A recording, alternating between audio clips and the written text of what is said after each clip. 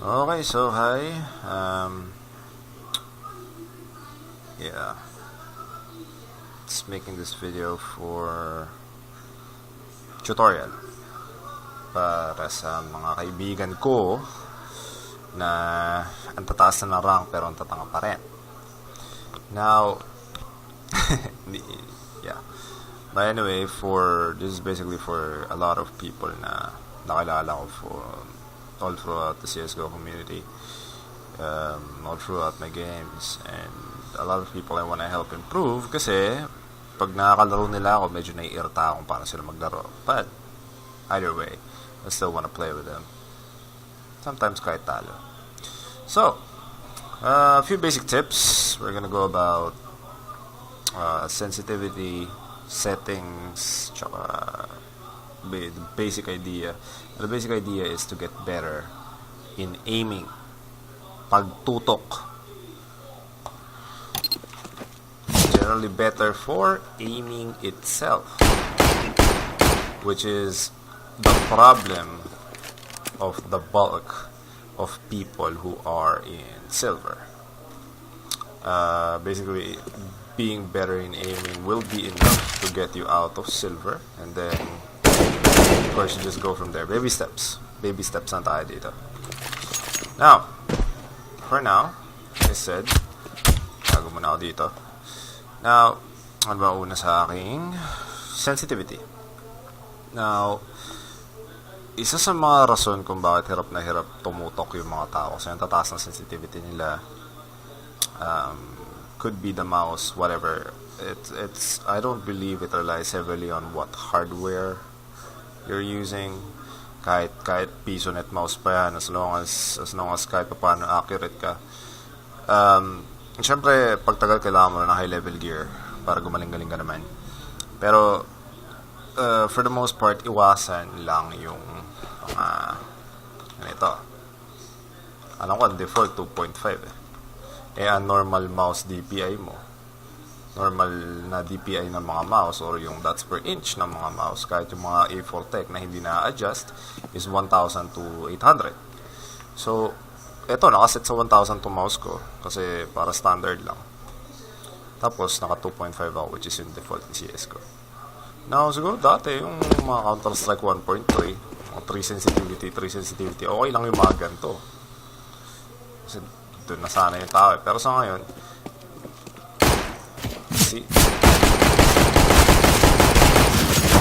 halos hindi ko siya tinamaan kasi sobrang taas ng sensitivity ko. Hirap akong kontrolin yun.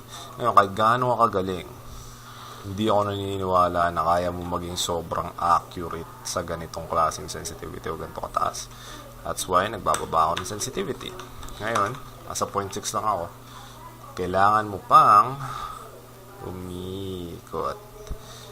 Kailangan mo pa ng mga 3 swipe sa mousepad ko bago ako makapag 360. Pero hindi mo naman kailangan mag 360. Kailan mo naman kakailangan yung 360? Very, very rare lang. But, hindi ko pa siya tinatamaan. But anyway, mas madali kontrolin.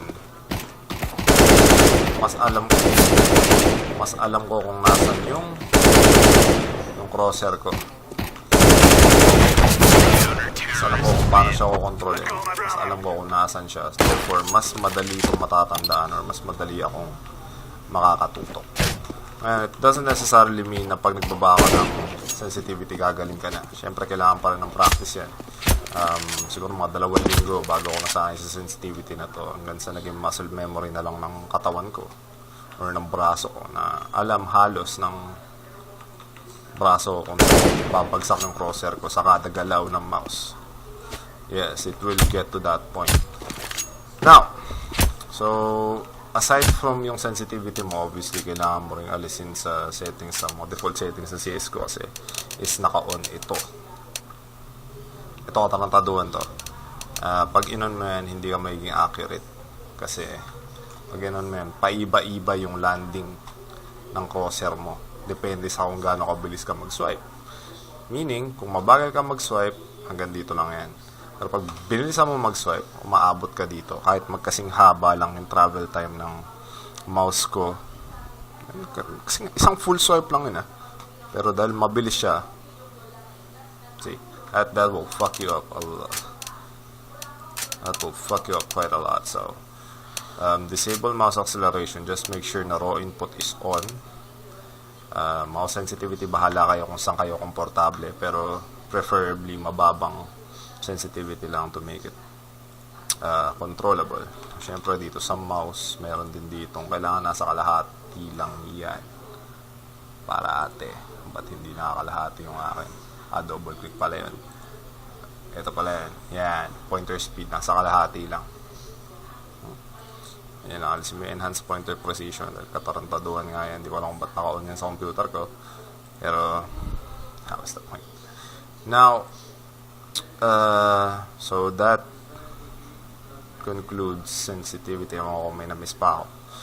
So, in time, I'm pretty sure masasanay ka na sa mga tutukan.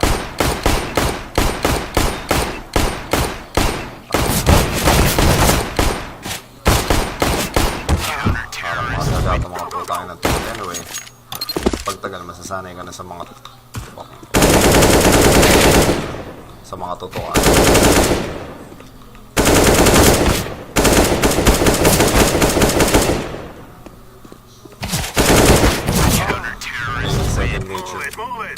Second nature mo na yung galaw ng mouse mo. So, see? Alam ko kung sobrang bilis para sa akin mag-adjust. Well, not too fast na parang cheater na, pero halos alam ko kung saan babagsak yung crosshair ko sa katagalan ng mouse. Nasa nga rin alam ko nandito yung kalaban, alam ko nandun, if in time na mataas yung sensitivity mo, hindi mo magagawa yan. Kung nagulat ka na gano'n, baka nandito na yung panigurado. So, iwasan lang natin yun. Now, next, gumawa na akong checklist kasi pangalawang gawa ko na ng video to, and yung una, sobrang sabog kasi wala nga akong flow. So, next is settings. Ngayon, itong settings optional to. Depende sa'yo kung saan ka komportable. Ang akin, ang video settings ko is gumagamit ako ng 4x3 stretched resolution. Meaning, kung tutusin, that may black bar siya sa gilid. Parang pang 4x3 monitor, hindi pang widescreen monitor. Mga CRT monitor na nakabulag. Parang ganun yung itsura dapat ng screen ko. But, since stretch siya, it fits the entire screen. This way, the models are quite thicker, so it helps you see them easier than if, like I said, hindi ito importante sa lahat. Doesn't necessarily mean na ikagaganda to ng performance mo, pero it's a matter of preference. Now for me, nasanay na ako sa ganito, so I rely heavily on that resolution, so it helps me a lot. Now, yung settings naman, syempre, the idea is to lower the settings so you could have better performance. But in general, kung malakas naman yung PC mo, it doesn't matter. All you really need to disable is yung VSync tsaka yung motion blur. Kasi motion blur fucks the game up. Pag lumingon ka sa kanan mo, nagbablur pa yung, nakablur pa yung screen mo, patay ka na. So, iwasan natin yun. Kailangan paglingon mo kung ano yung nandun, yun yung nakikita mo mismo talaga. Walang lag or walang distraction. Now, yung VSync naman, para umangat yung FPS mo, hindi siya kasi pag naka-VSync ka, naka-lock yung FPS mo sa 60, and generally you want FPS na mas mataas sa 60 at all times. So, di advisable yung vertical sync.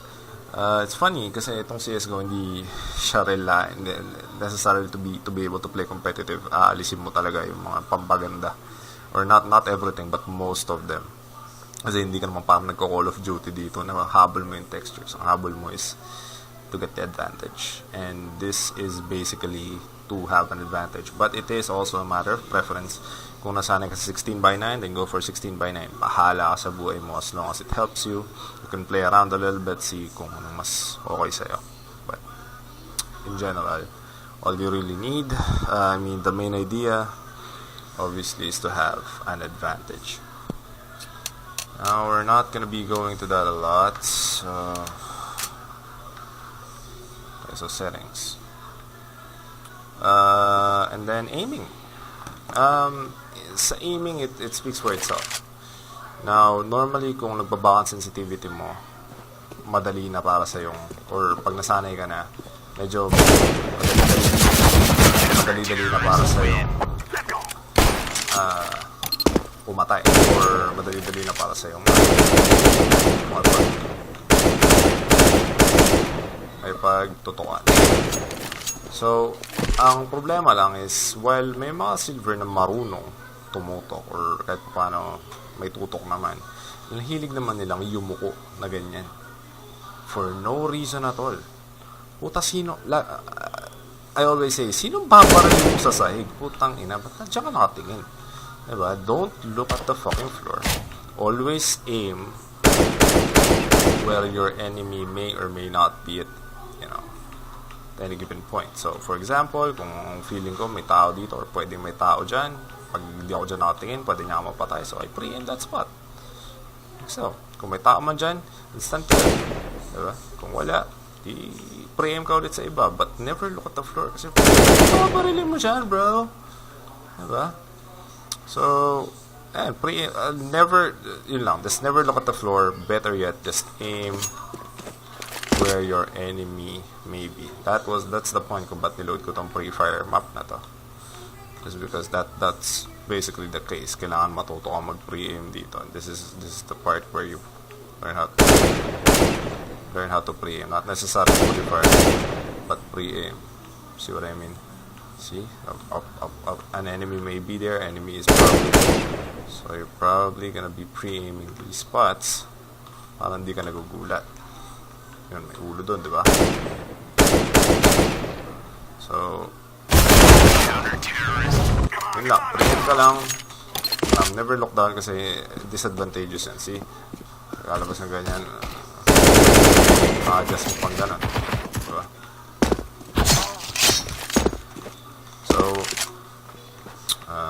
pre-aim. So yeah, I'll show you how to pre-aim. Ganito. So, technically,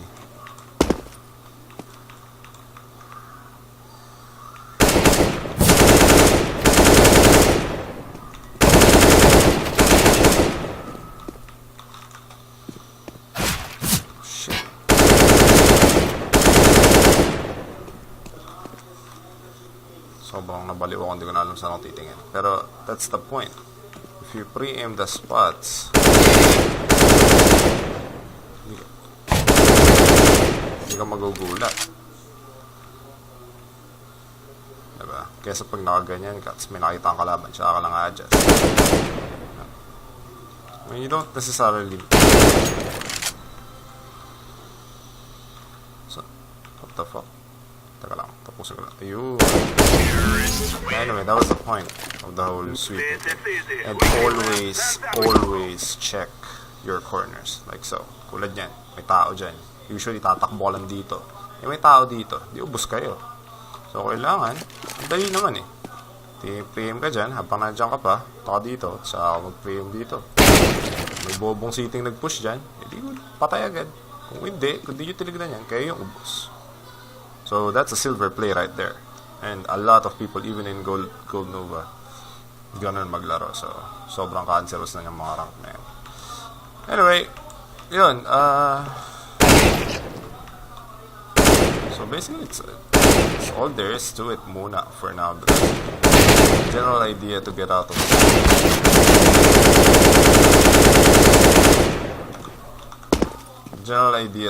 of silver naman is silver naman is to learn how to aim. When you learn how to aim, see, sinik yung corner na yun. Tatangahan ko yun, pero that was That was a mistake. That was a mistake.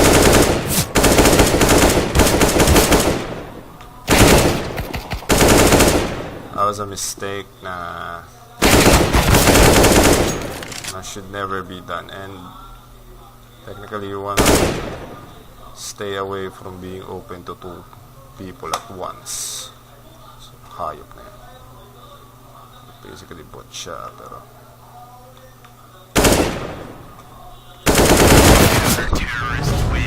anyway, at least check it on. So yeah, that's basically it. And yes, for future proofing, kailangan mo lang, you need to make sure na punta ka sa properties, set launch options, and naka-enable lagi ito.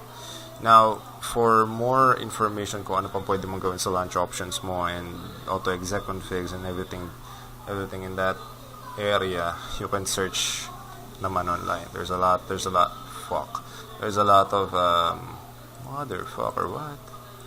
There's a lot of info there na pwede mong pagbasehan. So, pero mainly, kailangan mo on yung console mo para madali para sa'yo mag-adjust in game. So, it's a thing to be used in practice. A lot of console commands they're very, very useful. Basically, mga tipong sensitivity, kung pwede mo siya adjust in game, kaysa yung tipong pupunta ka pa sa settings every time. Yung voice, pwede mong hinaan. Kung masyado maingay yung mga hayop mong kakampi, or kung sobrang toxic nila, voice enable 0. There's a lot of console commands na available. So technically, if you haven't heard just yet of these things na I'm telling you about, there's a lot to explore pa with CSGO. Now, I guess lastly, just a tip na you can also find practice maps in the workshop. Just go visit the workshop, I guess. Just go view workshop, and there's a lot of practice maps available here. The one that I was on was a practice map, so you can test a lot of shit there. Sound training, aim training, smokes, whatever. It's all there. Now, like I said, the basics to get out of silver is be better in aiming in general. Don't look down, always pre-aim, always check your corners. Adjust your sensitivity into something that you're comfortable in, but you can be very accurate in as well. Nothing above, of course, the non-controllable sensitivities. Then, of course, optional is your settings. So, from there, I'm pretty sure na if you practice that about 2 weeks, 1 week, 2 weeks, depending on gaano kabilis, you'll be able to get out of silver by yourself. And then from there, I'm pretty sure mag-isa ka na magtitingin ng mga tutorials into you know, as you discover a lot more than just aiming in terms of CSGO. So, syempre, para hindi info overload, we'll just leave it at that for now. Peace. Shit, paano?